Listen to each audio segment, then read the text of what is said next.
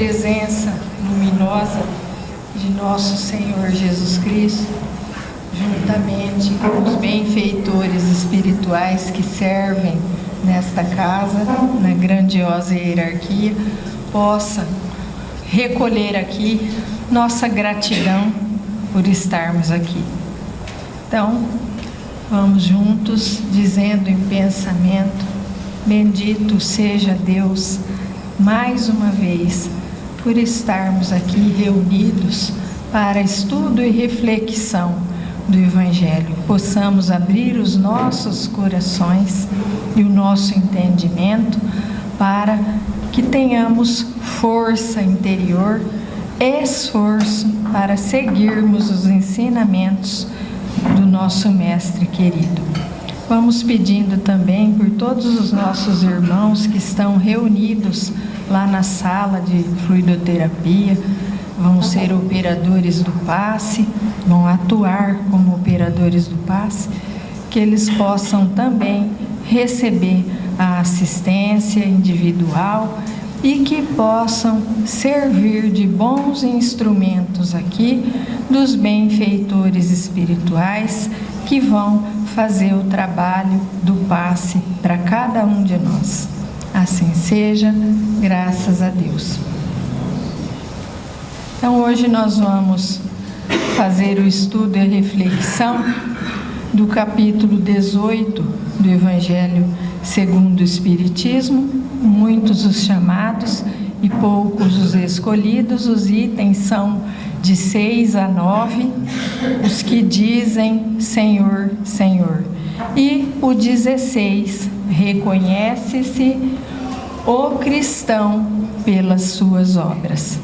Fica então para todos nós, quando tivermos um tempinho em nossos lares, que façamos a leitura completa do capítulo todo para agregar ainda mais entendimento e esclarecimento para todos nós, das palavras de Jesus à luz da doutrina espírita. Então ouçamos agora alguns trechos evangélicos e um pequenino trecho do que nos diz Simeão, autor espiritual, lá no item 16, para apoiar o nosso entendimento. Os que dizem Senhor, Senhor. Nem todo o que me diz Senhor, Senhor entrará no reino dos céus, mas sim o que faz a vontade de meu Pai, o que faz a vontade do meu Pai. Esse entrará no reino dos céus. Evangelho de Mateus, capítulo 7, versículos 21 e 23. Todo aquele, pois, que ouve estas minhas palavras e as observa, será comparado ao homem sábio que edificou a sua casa sobre a rocha. E veio a chuva, e transbordaram os rios, e assopraram os ventos, e combateram aquela casa, e ela não caiu, porque estava fundada sobre a rocha. E todo o que ouve estas minhas palavras e não as observa, será comparado ao homem insensato que edificou a sua casa sobre a areia. E veio a chuva, e transbordaram os rios, e assopraram os ventos, e combateram aquela casa, e ela caiu, e foi grande a sua ruína. Evangelho de Mateus, capítulo 7, versículos 24 a 27, semelhante em Lucas, capítulo 6, versículos 46 a 49. Naquele, pois, que quebrar um destes mínimos mandamentos e que ensinar aos homens, que assim ensinar aos homens, quebrando os mandamentos, será chamado muito pequeno no reino dos céus. Mas o que os guardar e ensinar a guardá-los, esse será reputado grande no reino dos céus. Evangelho de Mateus, capítulo 5, versículos 19. Versículo 19. Então agora vamos ouvir um pequenino trecho dos destaques ensinados pela doutrina espírita. Todos os que confessam a missão de Jesus dizem: Senhor, Senhor. Mas de que vale chamá-lo de mestre ou senhor quando não se seguem os seus preceitos? São cristãos esses que o honram através de atos exteriores, egoísmo, orgulho, cupidez e paixões? São seus discípulos esses que passam os dias a rezar e não se tornam melhores, nem mais caridosos e nem mais indulgentes para com os seus semelhantes? Não, porque podem impor-se aos homens e não a Deus. E aí aqui no 16, Simeão diz assim, apenas um trechinho. Ele diz assim: será suficiente trazer o uniforme do Senhor para seguir o Cristo? Procurai os verdadeiros cristãos e o reconhecereis pelas suas obras. Uma árvore boa não pode dar maus frutos, nem uma árvore má dar bons frutos. Toda árvore que não der bons frutos será cortada e lançada no fogo, no sentido figurado. Então agora nós vamos fazer o nosso entendimento. Então, não são os rótulos religiosos que abrem para nós as portas do céu. Não são palavras piedosas, ditas de boca para fora, carregadas de orgulho, de ostentação, que vão abrir as portas do céu para nós. Entendamos como portas do céu as moradas que Jesus nos ensinou. A casa do Pai há muitas moradas. E estamos aqui de passagem. E aí, nós estamos aqui com mais um elo da nossa vida do ser espiritual para fazermos aperfeiçoamento e evolução, para entendermos o que é ser fraterno, o que é a prática do amor. Aí nós vamos combinar com o Evangelho de João, que Jesus estava explicando e os fariseus disseram num colóquio, eles disseram, então nós somos culpados? E Jesus disse, se fosseis cegos, não teríeis culpa.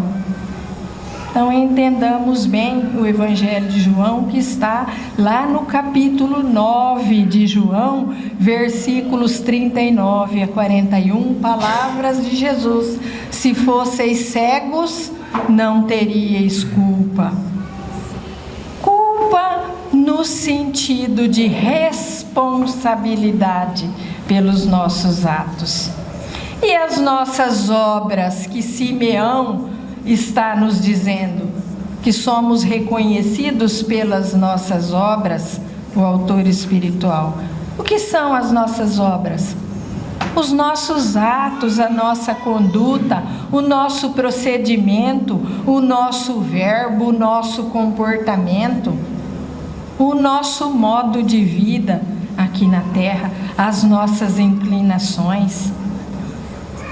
Nós temos, sim, quando nós estamos recebendo elementos, para que entendamos os ensinamentos de nosso Mestre, nós temos que reunir esses elementos, aceitá-los e cumprir com a nossa responsabilidade. Então, o que abre as portas do céu? É o cumprimento, as moradas melhores, que é um anseio da alma de cada um de nós. Nós almejamos lugares melhores. Almejar é o anseio da nossa alma. Nós desejamos situações melhores, lugares melhores, moradia melhor. E nós estamos aqui de passagem, mas nós temos que plantar essa localidade para onde nós vamos quando passarmos pelo fenômeno da morte. E Jesus traz elementos para pautarmos a vida nossa aqui, construir a nossa casa sobre a rocha, onde ventos e tempestades não afetam o nosso ser espiritual, onde os problemas, os desafios que nós chamamos de problemas, nós vamos solucionando, não em forma mais de tempestade, mas de uma chuvinha branda e mansa, e vamos transitando por eles. E aí as portas do céu vão estar sempre abertas para nós, até antes da nossa ida. Porque nós colocamos a nossa casa mental num estado de paz interior. E aí o Senhor, para aqueles que observam, aqueles que cumprem os mandamentos, porque é mandamento, não é recomendação. Aqueles que cumprem, o Senhor vem sim encorajar. O Senhor vem dar força interior para prosseguirmos na nossa caminhada, nos nossos deveres e nos nossos compromissos. Ele vem trazer essa força. Então nós estamos recebendo muito da doutrina espírita, porque a doutrina espírita restaura o cristianismo verdadeiro em nossa mente e no nosso coração. A doutrina espírita vem explicar para nós quem somos, de onde viemos, o que nós estamos fazendo aqui, o nosso ser espiritual e para onde vamos. Ela vem explicar isso. A doutrina espírita vem explicar como que a lei de justiça é aplicada pela lei de causa e efeito, não necessariamente na mesma vida do ser encarnado, mas na vida do ser espiritual, porque temos um Deus justo e misericordioso que espera a nossa reabilitação e mais, espera sermos tirados da cegueira espiritual. Aí sim, fomos tirados da cegueira espiritual, então vamos assumir as nossas responsabilidades. Mas enquanto estamos cegos perante a isso, o Senhor é misericordioso. A doutrina espírita dá muita informação para nós. Ela vem multiplicar o número de chamados e escolhidos, porque ela fundamenta em nós uma fé raciocinada. Ela vem dizer o porquê da necessidade de transformarmos o nosso coração, sem nos importarmos se o outro está fazendo a parte dele. A doutrina espírita, ela vem dar sustentação para isso que nós estamos fazendo aqui. Estamos nutrindo a nossa alma. Estamos reunindo elementos para que sigamos Jesus, como foi falado na semana passada, a parábola da semente. Se a nossa semente não produz 100 ainda, não produz 60 nem 30, vamos fazê-la começar a produzir, porque todos fomos chamados para essa reencarnação abençoada. Recebemos um campo e recebemos instruções e regras para seguir. Então temos que abrir o nosso entendimento para seguirmos essas regras e recebermos uma resignação ativa para todo o aprendizado que a lição da vida nos proporciona todos os dias. Então, a doutrina espírita, ela traz para nós conhecimentos e educação. Ela nos tira apenas da admiração pelo Evangelho de Jesus. Ela traz a aceitação, o interesse por esse roteiro de luz. E traz a nossa busca, cada um carregando em conformidade com aquilo que aguentar o mais possível, para tentar cumprir, para tentar ser um bom cristão, para tentar dar flores, frutos e perfumes, porque isso será contado para nossa melhora na nossa próxima moradia. Allan Kardec, antes de publicar o Livro dos Espíritos foi publicado em 1857. Antes dele publicar, ele estava reunindo elementos, formulando as perguntas para os espíritos superiores responderem e deixar essa filosofia espírita que nós temos no O Livro dos Espíritos, que só vem restaurar o cristianismo no nosso coração, vem nos dar conhecimento sobre a imortalidade da alma e a vida do espírito, quando passamos pelo fenômeno da morte.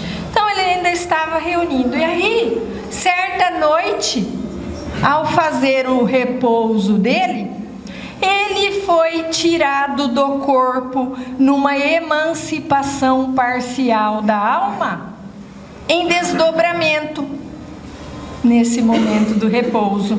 E aí ele se viu ao lado, junto de um guia espiritual sublime, superior. E ele foi levado de chofre para uma região nevoenta.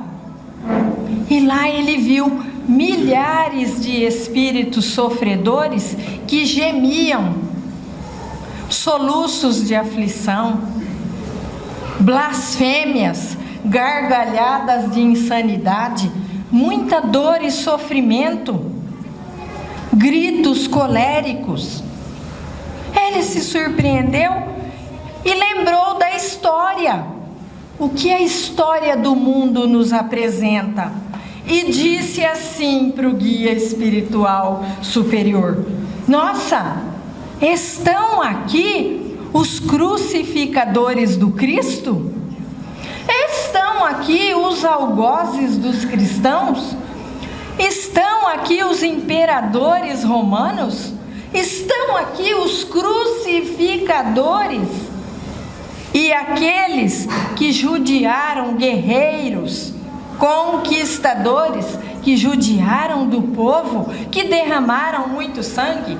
Ele não perguntou tudo de uma vez, ele fez uma pergunta de cada vez. Eu estou fazendo o resumo do resumo do resumo da lição número 7, que está no livro Cartas e Crônicas, ditada pelo irmão X, que é Humberto de Campos, psicografada por Chico Xavier.